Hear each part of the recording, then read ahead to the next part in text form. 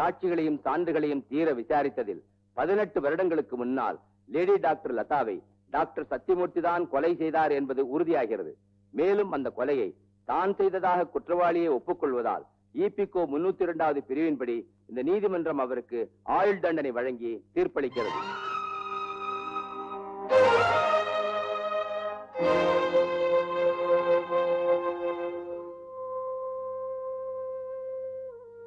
அம்மாவுக்கு இப்ப எப்படி இருக்கு டாக்டர்?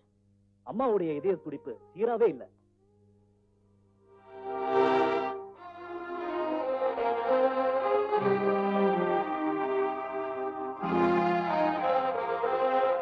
ஆமா, நீங்க மாமான்னு என்ன முதல்ல கூப்பிட்ட பொழுது எனக்கு எவ்வளவு ஆனந்தமா இருந்தது தெரியுமா? மருமகன் கூப்பிட்டதாவே நினைக்கல, ஒரு மகன் அப்பான்னு கூப்பிட்ட மாதிரி தான் இருந்தது. ஆனா நான் பைத்தியக்காரன். என் மகளுக்கு அப்பா அம்மா ஆண்டவன் எல்லாம் நீங்க தான் நினைச்சுக்கிட்டு இருந்தேன். ஆனா அத்தனையிலும் மண்ணள்ளி போட்டீங்களே மாப்பிள்ள.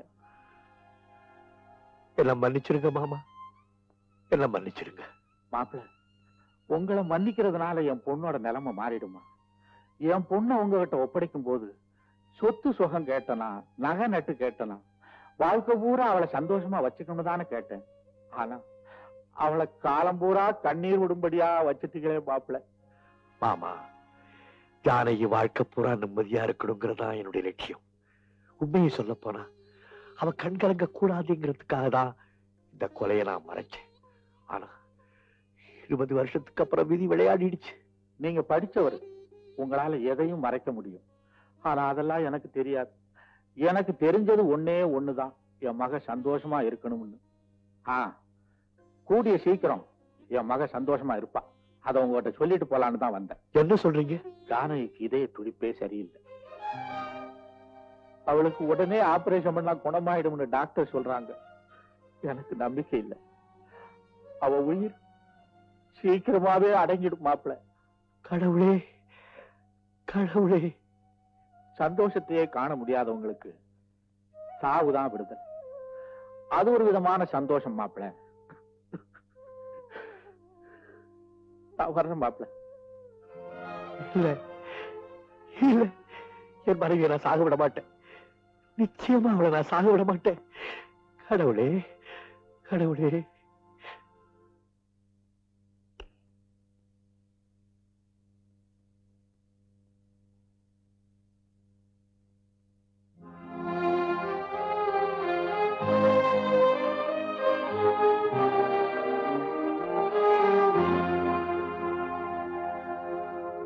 டாக்டர், கோர்ட்ல பர்மிஷன் வாங்கி நானே அவளுக்கு ஆபரேஷன் பண்ணணும். நீங்க எனக்கு ஒரு உதவி செய்யறீங்களா? சொல்லுங்க டாக்டர். சாரி மிஸ்டர் சத்தியமூர்த்தி, உங்க மனைவிக்கு நீங்க ஆபரேஷன் செய்யணும்னு கொடுத்த மனுவை கோர்ட்டார் தள்ளுபடி பண்ணிட்டாங்க. என்ன சமாச்சாரம்? உங்க கையால ஆபரேஷன் செஞ்சுக்கிறத உங்க மனைவியே விரும்பல. சாரி. ஆண்டவரே ஆண்டவரே, எத்தனையோ பேருடைய இதயத்தை நான் குணப்படுத்தி உனக்கு சவால் விட்டிருக்கேன். இப்ப எனக்கே நீ சவால் விடுறியா? வளைஞ்சு கொடுக்க மாட்டேன். பாத்துக்கலாம் பாத்துக்கலாம். மிஸ்டர் சத்தியமூர்த்தி, உங்கள் மனைவிக்கு உங்களை தவிர வேறு எந்த டாக்டருமே ஆபரேஷன் செய்யக்கூடாது என்று நீங்கள் வாதாடுவதற்கு காரணம்? யுவர் ஆனர், ஆரோக்கியங்கிறது உடலை பொறுத்தது மட்டுமில்லை, அது உள்ளத்தையும் பொறுத்தது. ஜானகி கடந்த 20 வருடமா என்னுடைய மனைவியா இருந்திருக்கா. கணவன்கிற முறையில அவ உள்ளத்தை பத்தியும் உடலை பத்தியும் நல்லா தெரிஞ்சவனா. அது மட்டும் இல்ல, இந்த நேரத்துல அவளுக்கு எப்படிப்பட்ட ஆபரேஷன் தேவை, என்ன விதமா செஞ்சா அவ உயிர் பிழைப்பாங்கிறது எனக்கு தான் தெரியும். ஐ அப்ஜெக்ட் யுவர் ஆனர். ஆரோக்கியத்திற்கு மனநிலை ஒரு காரணம் என்பதும் உண்மைதான். ஆனால் ஒவ்வொரு மனைவிக்கும் வைத்தியம் செய்ய அவரது கணவரே டாக்டராக இருக்க முடியுமா? யுவர் ஆனர், இவரது மனைவியின் மனோநிலையை இவர் நன்கு உணர்ந்தவர் என்பதை விட அவரது மனோநிலையை அதிகம் பாதிக்க செய்தவர் என்று சொல்லுவதுதான் பொருத்தமாக இருக்க முடியும். யுவர் ஆனர், கொலையுண்ட லதா நல்ல அழகி. குற்றவாளிக்கும் அவருக்கும் தொடர்பு இருந்திருக்கிறது. இதனால் தன்னுடைய குடும்ப கௌரவமும் நலமும் பாதிக்கப்பட்டு விடுமோ என்று அஞ்சி கொலை செய்திருக்கிறார் என்று வழக்கில் நிரூபணமாகி உள்ளது. தன்னுடைய குடும்ப வாழ்க்கையே பாதிக்கின்ற அளவுக்கு தன் கணவனின் காதல் வாழ்க்கை இருந்தால் எந்த மனைவியால் தான் பொறுத்துக் கொள்ள முடியும்? இதைவிட ஒரு மனைவியின் மனோநிலை பாதிக்க வேறு என்ன ஆயுதம் வேண்டும் your honour? I object your honour. Latha கொலை உண்டதற்கும் சத்தியமூர்த்தி அவர்களின் மனைவியின் மனநிலைக்கும் எந்தவித தொடர்பும் கிடையாது. மனைவின் மீது உயிரை வைத்திருக்கும் ஒரு டாக்டரால் அந்த மனைவின் உயிரை காப்பாற்ற முடியாது என்று சொல்வது ஒத்துக்கொள்ள முடியாது. மேலும் சத்தியமூர்த்தி அவர்களுக்கு கல்யாண வயதில் 2 பெண்கள் இருக்கிறார்கள். தான் ஆயுள் தண்டனை கைதியாக சிறையில் இருப்பதால் தன் பெண்களை கவனிக்க தன் மனைவியின் ஆரோக்கியத்தில் அக்கறை காட்டுவது எப்படி தவறாகும்? நோ யுவர் ஆனர், குற்றவாளி சிறந்த டாக்டராக இருந்திருக்கலாம், நல்ல கணவராக இருந்திருக்கலாம். ஆனால் இவையெல்லாம் இவர் குற்றவாளி என்று நிரூபிக்கப்படுவதற்கு முன்னால் குற்றவாளி இப்பொழுது ஒரு ஆயுட்கைதி, சிறை கம்பிகளுக்கு பின்னால் வாழ்பவர். இப்பொழுது அவருடைய மனோநிலையில் ஒரு நோயாளியை நம்பி இவரிடம் எப்படி ஒப்படைப்பது? அவ்வளவு ஏன், நோயாளிக்கும் நோயாளியோடு சம்பந்தப்பட்டவர்களுக்குமே குற்றவாளி இந்த ஆபரேஷனை செய்வதில் சம்மதம் இல்லையே. யுவர் ஆனர், நோயாளிக்கு சம்பந்தப்பட்டவர்கள் குற்றவாளி இந்த ஆபரேஷன் செய்வது விரும்பவில்லை என்பதை நான் மறுக்கிறேன். நோயாளியின் பெண்களான ஜோதி அருணா இருவரையும் நான் விசாரிக்க விரும்புகிறேன். S, proceed. மிஸ் அருணா, உங்க அப்பா சிறந்த டாக்டர் என்பது உண்மையா? அதுல என்ன சந்தேகம்? He is number 1 in India. எத்தனையோ பேருக்கு உயிர் கொடுத்திருக்காரு. Please note this point your honour. நீங்களே உங்க அப்பா பெரிய டாக்டர்னு ஒத்துக்கிட்டீங்க. அப்ப அவரு ஆபரேஷன் பண்றது உங்க அம்மாக்கு நல்லது தானே? ஒரு டாக்டரா அவர் மேல எங்களுக்கு நம்பிக்கை இருக்கு. ஆனா ஒரு மனுஷனா அவர் மேல எங்களுக்கு நம்பிக்கை இல்ல. அருணா, என்ன பேசுறேன்? யார பார்த்து பேசுறேன்? நான் உங்க அப்பா. உங்க அம்மாவை கண்ணுக்குள்ள வச்சு இமை போல காத்தவனா? Order, order. பார்த்தீர்களா யுவர் ஆனர், சொந்த பெண்களே இவரை நம்ப மறுக்கிறார்கள். எங்கே ஆபரேஷன் என்ற பெயரில் தங்களுடைய தாயாரையே கொன்று விடுவாரோ என்று பயப்படுகிறார்கள். நோ நோ யுவர் ஆனர், அவங்க குழந்தைங்க என்ன பேசுறோம்னு தெரியாம பேசுறாங்க. அவங்கள நம்பாதீங்க. தயவு செஞ்சு என்ன நம்புங்க. என் மனைவிக்கு எப்படி ஆபரேஷன் பண்றேங்கிறது எனக்கு தான் தெரியும். தயவு செஞ்சு பர்மிஷன் கொடுங்க பிளீஸ். நோயாளியும் அவரை சேர்ந்தவர்களும் குற்றவாளியின் மேல் அவநம்பிக்கை தெரிவிப்பதால் நோயாளிக்கு தானே ஆபரேஷன் செய்ய வேண்டிய அனுமதி கேட்டு குற்றவாளி எழுப்பிய கோரிக்கையை இந்த நீதிமன்றம் நிராகரிக்கிறது.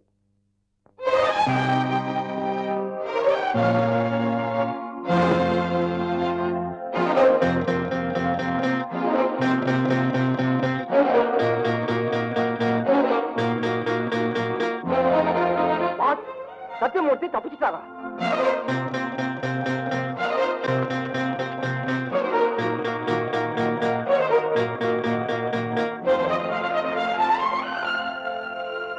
நில்லுங்க. அருணா, நோ, அப்படி கூப்பிட உங்களுக்கு அருகதை கிடையாது. உங்களை தகப்பன் சொல்லவே எனக்கு வெக்கமா இருக்கு. ஒரு மகளோட வாயிலிருந்து வரக்கூடாத வார்த்தை இருந்தாலும் நான் சொல்றதை கேளுமா? என்ன சொல்ல போறீங்க? அம்மாவுக்கு நானே ஆபரேஷன் செய்யறேன், வேற யாராலையும் அதை செய்ய முடியாதுன்னு சொல்வீங்க அதானே?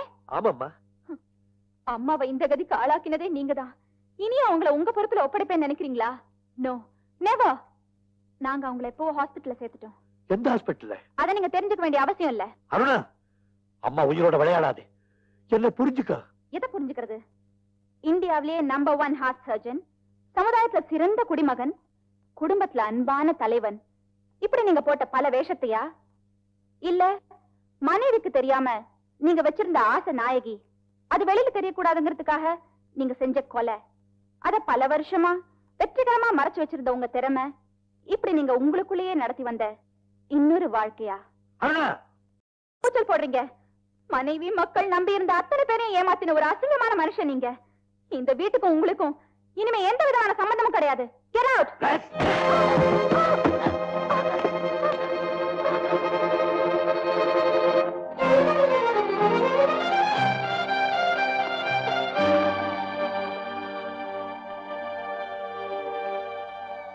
Hello police. யார பார்த்து என்ன பேச்செல்லாம் பேசுறேன்? நீ யாரு, நான் யாரு? உன் வயசு என்ன, என் வயசு என்ன? 5 வருஷம் தோல் மேல, 5 வருஷம் நெஞ்சு மேல போட்டு வளர்த்த பெத்த அப்பறையா ஒரு சின்ன போட்டோ வச்சுட்டு இட போடுறேன். அப்பா மேல உனக்கு உண்மையிலேயே அன்பு இருந்திருந்தா அப்பா எதுக்கா இந்த தப்பு பண்ணா, எதுக்கா இதை மறைச்சான்னு கொஞ்சம் யோசனை பண்ணிருக்க வேணாம்? நீங்களா என் மக்களா? நான் செஞ்ச பாவம். ஒருத்த உண்மையான கொலைகாரனா அந்த கூட அவன் மனைவி மக்கள் அவரை வெறுக்க மாட்டாங்க. ஏன் தெரியுமா?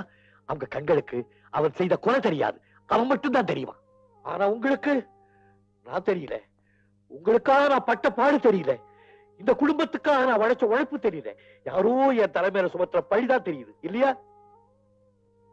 நீங்க அனாதையா போயிடக்கூடாதுங்கிறதுக்காகவும் உங்க அம்மாவை காப்பாத்துறதுக்காகவும் நான் எடுத்த ஒரு முடிவு இன்னைக்கும் கண்ணுக்கு முன்னாலே நான் அசிங்கமான மனுஷனா காட்சி அளிக்கிறேன் இல்லையா? ஆனா நடந்த உண்மை தெரியுமா உனக்கு?